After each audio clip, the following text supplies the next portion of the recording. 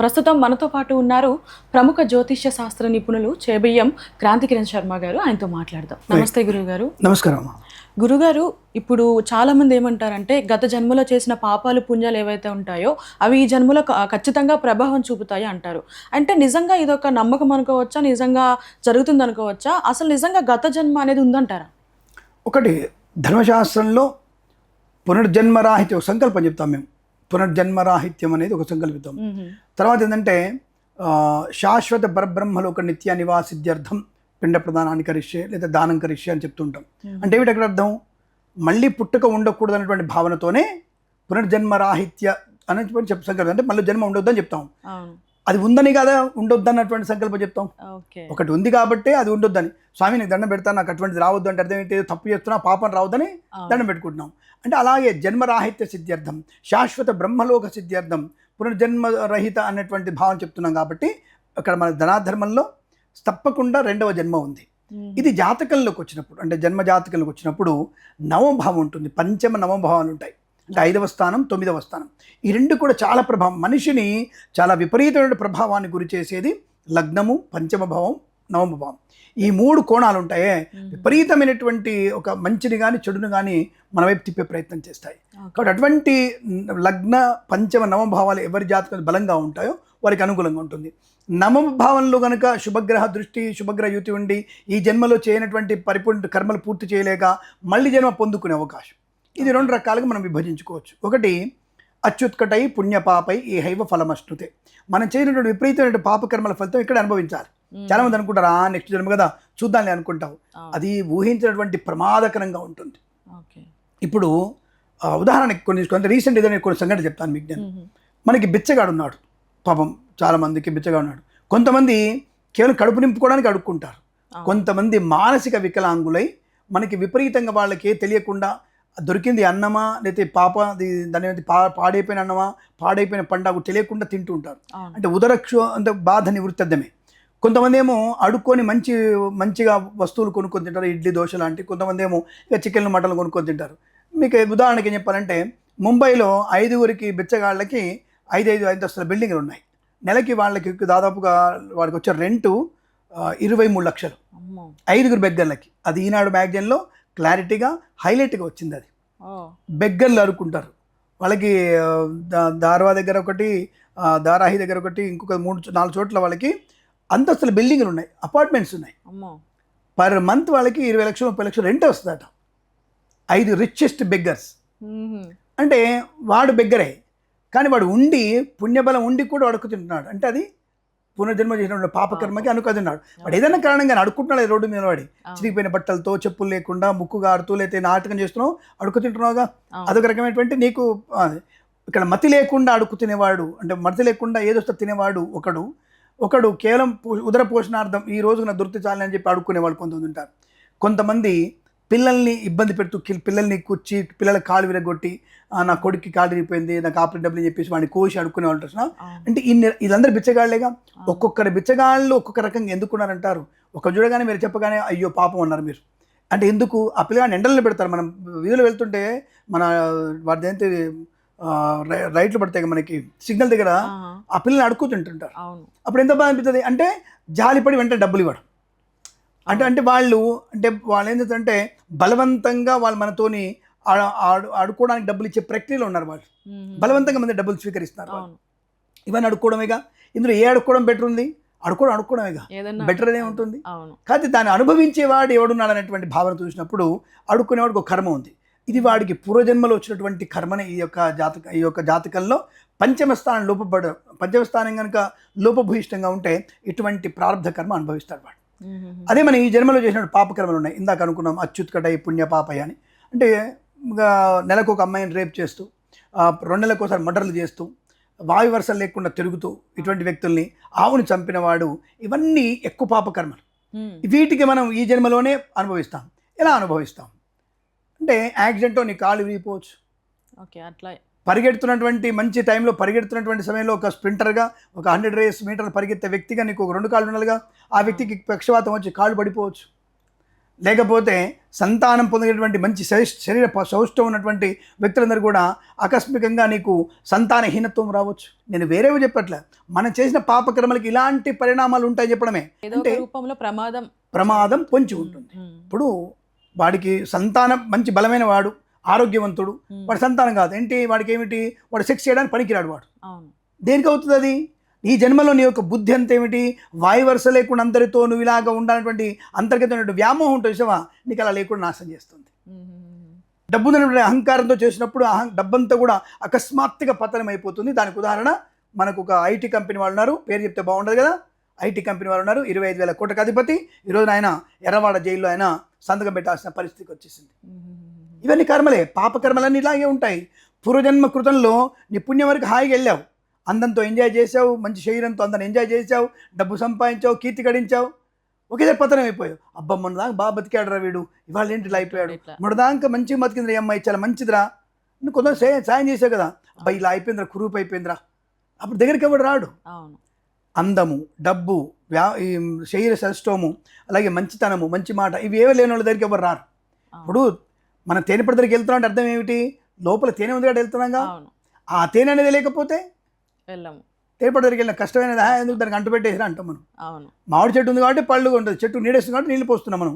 నీడేయకపోతే మూడు వారిపోతే కొట్టేరా, కట్టెలు వేసుకొని గ్యాస్లో ఎట్లా లేదు కట్టెలు పోయి పెట్టుకుందాం అంటాగా. ఏదైతే ప్రతిఫలాన్ని పొందుకుంటున్నావో దాని గురించి, ఆ ప్రతిఫలం అనేది ఎంతవరకు ఉండాలనేది నువ్వు నీ విచక్షణ జ్ఞానానికి మనిషి రూపంలో నీ బుద్ధి ఇచ్చాడు. ఆ బుద్ధిని మనం వికసింపజేసుకొని పాపకర్మ చేసుకుండా పుణ్యకర్మలు చేసుకుంటే పునర్జన్మ రాహిత్యం లేకుండా అనుకూలత ఉంటుంది. ఇక్కడ 9వ భావం పుణ్యకర్మ అంటే 9వ స్థానం. జన్మజాతకంలో లగ్నం అనేది నువ్వు, నేను, నా యొక్క స్థిమితము, నేను చేయగలిగినటువంటి భావన, ఆత్మస్థైర్యాన్ని కలిగించేది దాని తనుభావం.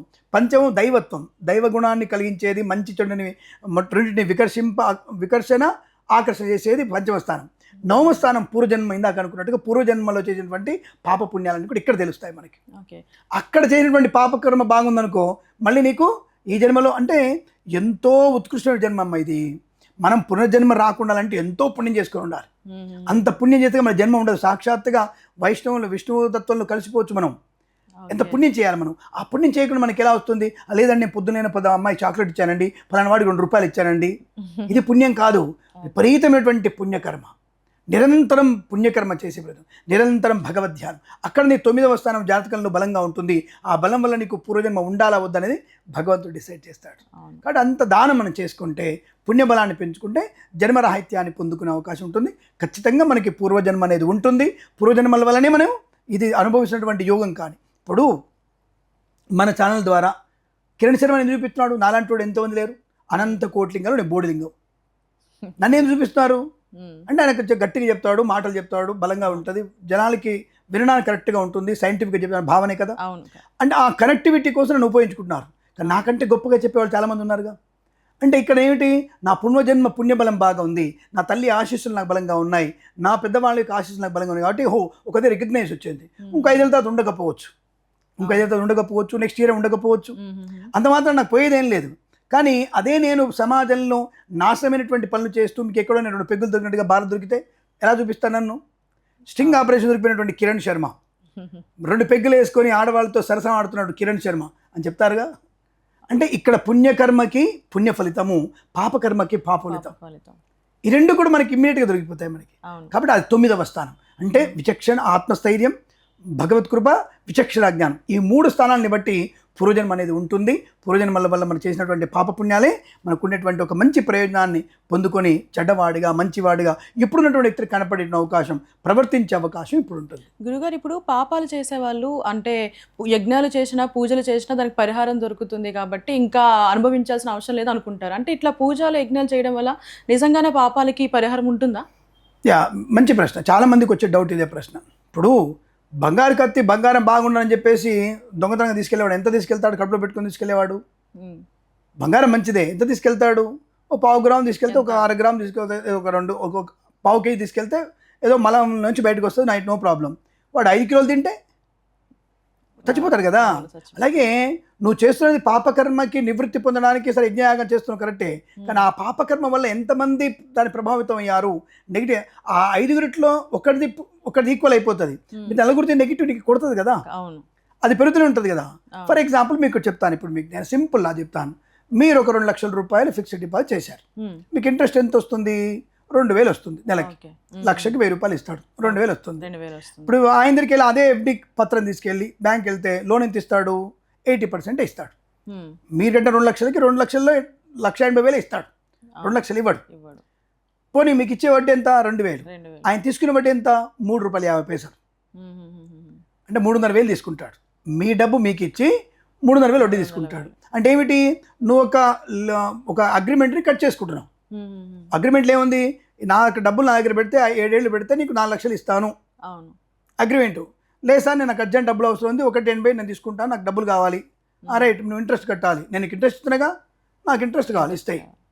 నీకు నా దానికి ఇచ్చినావు కదా, నేను రూల్ ఏం చెప్పాను నీకు? 7 ఏళ్ళు ఇలాగే పెడితే 4 లక్షలు ఇస్తాను చెప్పినా, నాకు ఇంట్రెస్ట్ బోర్డు ఇస్తాను నీకు, అలా పెట్టుకో. మధ్యలో బ్రేక్ చేసావు కాబట్టి ఇస్తుంది. భగవంతుడు ఏం చెప్పాడు? సత్కర్మ కొరకే శరీరాన్ని ఇచ్చాడు. దాని కాకుండా నువ్వు ఈ అడ్డదిడ్డంగా తప్పుడు మార్గంలో వెళ్ళి అని తీసుకుంటే పాపకర్మ పెరుగుతూనే ఉంటుందిగా. అట్లాగే రెండవది, క్రెడిట్ కార్డు వాడారు మీరు. క్రెడిట్ కార్డు లిమిట్ ఎంత? 50,000 రూపాయలు క్రెడిట్ కార్డు లిమిట్. 35,000 చెప్పాడు. 35,000 30,000 వాడుకుంటే సిబిల్ స్కోర్ పెరుగుతుంది. అందరికి అర్థమైందిగా. పుణ్యం కూడా అలాంటిదే. మానవ జన్మ 100 సంవత్సరాలు అయితే 100 సంవత్సరాలు పడుకొని లేచేది 35 సంవత్సరాలు. మనము మిగిలిందంతా కూడా మన తిండి తినడానికి, తప్పు చేయడానికి 20 ఏళ్ళు పోతుంది, మిగిలిందే 30 ఏళ్ళు. ఆ 30 ఏళ్ళను కూడా మనం సరిగ్గా సద్వినియోగం చేసుకోకపోతే సిబిల్ స్కోర్ ఎలా పెరుగుతుంది? మనకి పుణ్యం అనే సిబిల్ స్కోర్ పెరగకపోవడం వల్ల నీకు క్రెడిట్ కార్డు మీద బలం రాదు, నీకు లోన్స్ వచ్చే అవకాశం లేదు. ఇక్కడ మనకి లోన్ సిబిల్ స్కోర్ అంటే ఏంటి? జీవన ప్రయాణంలో నీకు రావాల్సినటువంటి ఆదాయాలను కోల్పోతావు. CIBIL score high level score 700 800 దానికి పుణ్యబలం అంటే భగవంతుల్లో ఐక్యం అవడానికి ఆ సిబిల్ స్కోర్ సరిపోదు నీకు. దాని గురించి మళ్ళీ నువ్వు పునరభిమరణం పునరభిజరణం మళ్ళీ పుట్టాల్సిందే.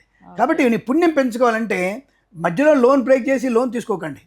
కంటిన్యూటీ, భగవన్నామస్మరణ, పుణ్యకర్మాచరణ తప్ప నేను ఈ కర్మ చేశాను కాబట్టి ఈ మర్డర్ చేశాను, ఈ 2 యజ్ఞాలు చేసుకుంటూ అయిపోతుంది, నేను రాజకీయంగా 100 కోట్లు చంపేశాను, చండీ హోమం చండీ చేసుకుంటాను, నేను ఇంకోటి 2 నలుగురిని మానభంగం చేశాను, నేను ఒక దేవాలయం కట్టిస్తాను, దాని పుణ్యబలం వచ్చింది, పుణ్యబలం యాడ్ అయింది. కానీ పాప ఫలితానికి 60% యాడ్ అయితే పుణ్యబలానికి 20% యాడ్ అయింది. కాబట్టి దానివల్ల నీకు నష్టమే తప్ప పుణ్యం ఎక్కడ ఉంటుంది? కాబట్టి ఎలా మనం అంచనా వేసుకుంటే సరిపోతుంది. అటువంటి పాపకర్మ వల్ల తప్పక మన నాశనమే తప్ప. ఇంకొకటి, ఎప్పుడు దీని యొక్క ప్రతిఫలం తెలుస్తుందంటే, నేను ఒకటి అంటాను, అకస్మాత్తుగా గుండె నొప్పి వచ్చి చనిపోయిన వాళ్ళు అదృష్టవంతులు. ఎందుకంటారు? ఎందుకంటే వాళ్ళకి ప్రాణం యొక్క బలము వాళ్ళకి ఏది తెలియదు. వాళ్ళకి గుండె నొప్పి చనిపోయిన వాడికి 5 నిమిషాలు అంతే, వాళ్ళకి 5 నిమిషాలు చనిపోతారు. అదే ఒక మనకి పెరాలసిస్ కానివ్వండి, బ్రెయిన్ స్ట్రోక్ కానివ్వండి, అటిజంతో ఉన్న పిల్లల్ని పుడితే ఎట్లా ఉంటుంది పరిస్థితి? ఆ జీవితాంతం అనుభవించాలి. వాడు పెరుగుతుంటాడు. ఆడపిల్ల అయితే ఇంకా నరకం. అవయవాలు పెరుగుతున్నాయి, అమ్మాయికి రజస్వలు అవుతుంది, అసలు అమ్మాయి ఎక్కడ ఉంటుందో తెలియదు, ఎక్కడ చేతులు పెట్టుకుంటో తెలియదు, ఎక్కడ చేస్తుందో తెలియదు. మొబైల్ అంటే పర్లేదు ఏమనుకోండి, వాడు డ్రై అయ్యే మంచిగా డ్రైర్ అయ్యే కొద్దిగా అంటారు. ఆడపిల్ల చూసుకోవానే తెలియదా నీకు? అసలు ఇబ్బంది పడుతుంటే ఇంకా ఇబ్బంది ఉంటుంది. అటువంటివన్నీ కూడా పాపకర్మల యొక్క ఫలితం ఇవన్నీ కూడా. సో ఇవన్నీ కూడా మనకు ఒక్కొక్కటి యాడ్ అవుతూ ఉంటాయి. దానివల్ల మనకి ప్రమాదాన్ని పొందుకునే అవకాశం. మీరు అన్నారు ఇందాక పుణ్యకర్మలని, మనం చేసే ప్రతి పాపకర్మకి పెరాలసిస్ వచ్చేసి, కుష్ఠరోగం వచ్చేసి, క్యాన్సర్ వచ్చేసి, ఎయిడ్స్ వచ్చేసి. ఇప్పుడు ఒక అక్రమ సంబంధాల్లో ఎవరో ఒక ఎయిడ్స్ ఉన్న వ్యక్తిని సంభోగం చేసి వచ్చేటువంటి ఎయిడ్స్ వస్తే పర్వాలేదు అనుకోవచ్చు. కానీ 7 ఏళ్ల పిల్లవాడికి ఎందుకు వస్తుంది? వాడవడం తప్పు పని చేసి వస్తే వీడి పిల్లానికి ఎందుకు వస్తుంది? ఇదేదో తప్పు చేస్తే వాడి మూడికి దాని మూడికి ఎందుకు వస్తుంది? అంటే ఒకళ్ళ నుంచి ఒకరికి పాపకర్మ పాస్ అవుతూనే ఉందిగా. ఇదంతా కూడా మన గత జన్మ చేసిన పాపకర్మని, అవమానాలు. అందరూ అనుకుంటారు చావు అంటే, మేము జాతకం చెప్తాం, ఏమండి మీకు మరణ సద్య అండి అంటే చనిపోయే తత్వం అండి, ఇది ఇది అమ్మో ఈ టైం బాలేదండి ఇక మరణమే అంటాం. మరణం అంటే చావు ఒకటి కాదు, గొంతులో ప్రాణం పోవడం కాదు. ఇప్పుడు అధికమైనటువంటి ధనం లేకపోవడం అంటే దరిద్రంతో బాధపడడం చావే. రోగంతో బాధపడి మంచాన పడ్డవాడు అంటాడు, నేలంటే వీళ్ళు ఏమండి బాగున్నారంటే, ఏం బాగు స్వామి, తొందరగా స్వామిని తొందరగా చెప్తున్నాను, వేడుకుంటున్నాను, తొందరగా తీసుకుపోనాయన అని. 5 ఏళ్ళు అయింది స్వామి మంచాన పడి అంటే ఎంత నరకం అనుభవిస్తున్నాడు వాడు. అందరు తిరుగుతున్నారు, అందరు వస్తున్నారు, కొత్త బట్టలు వేసుకుంటున్నారు, ఫంక్షన్కి వెళ్తున్నారు, అందరితో పలకరిస్తానని. కానీ పలకరింపు వరకే, మానసికంగా ఎంత కుంగిపోతున్నారు. నేను ఎక్కడికి వెళ్ళలేనా, నేను ఎవరికి ఆశీర్వించలేనా, ఎవరిని బ్లెస్ చేయలేనా, నేను ఎవరు దండం పెట్టలేనా, నా బతికింతేనా? వాడేమనుకుంటా ఆ క్షణంలో చనిపోతే బాగుండి ఇప్పుడు నేను అన్నట్టు బాగుంటుంది. దరిద్రుడికి అరే నాకు ఈ డబ్బు లేక నా పరిస్థితి ఏమిట్రా, పిల్లలకు కూడా పెట్టలేనటువంటి నా బతుకెందుకు, చావు దీనికంటే చావు బెస్ట్ అనుకుంటాడుగా. ఇవన్నీ కూడా పాపకర్మల ఫలితానే. బతికించి నీకు ప్రత్యక్షంగా నరకం చూపించేవి పాపకర్మలే అనుకుంటారు అందరు. అయిపోయింది, యజ్ఞం చేస్తే అయిపోతుంది, కిరణ్ శర్మ చతండి హోమం చేయమన్నాడు, ఉమ్, నాశనమే తప్పకుండా. క్రియేట్ అవుతుంది, కొంత డెబిట్ అయ్యేది ఎక్కువ ఉంటుంది. ఎక్కువ ఉంది. సో కాబట్టి దానివల్ల మీకు ఎట్టి పరిస్థితుల్లో పూర్వజన్మలో చేసిన పాపకం పోవడానికి యజ్ఞాలు చేస్తూ అవుతుందా, దేవాలయం కట్టిస్తూ అవుతుందా, అది కాదు. కానీ మీరు అనే ప్రశ్న వాస్తవం అవుతుంది. ఇప్పుడు కొంత వయసు వచ్చిన తర్వాత 30-40 ఏళ్ళు వచ్చే తప్పు చేసి తెలిసిపోయింది.